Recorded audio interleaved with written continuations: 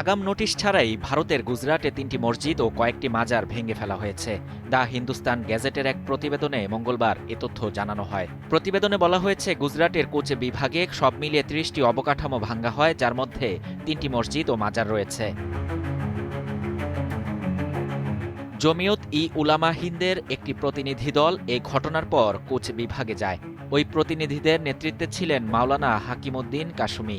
তিনি বলেন, কেন কোনো নোটিশ ছাড়াই মসজিদগুলো ভেঙে ফেলা হলো সেটির কোনো উত্তর সংশ্লিষ্ট কর্তৃপক্ষের কাছ থেকে পায়নি তারা।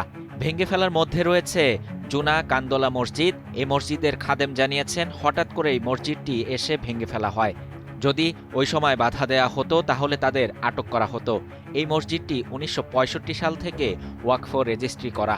সুন্দর নির্মাণ শৈলীর কারণে মসজিদটি স্থানীয়দের কাছে বেশ পরিচিত ছিল।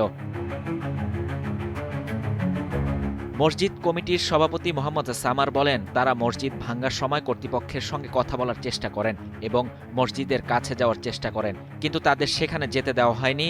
এর বদলে উল্টো হুমকি দেওয়া হয়। ভেঙে ফেলার মধ্যে আদিপুরের আরেকটি মসজিদ আছে।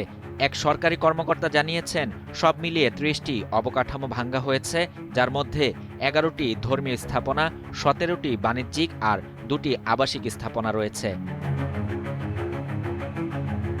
শাহরিয়ার শাফাত, বাংলা নিউজ 24।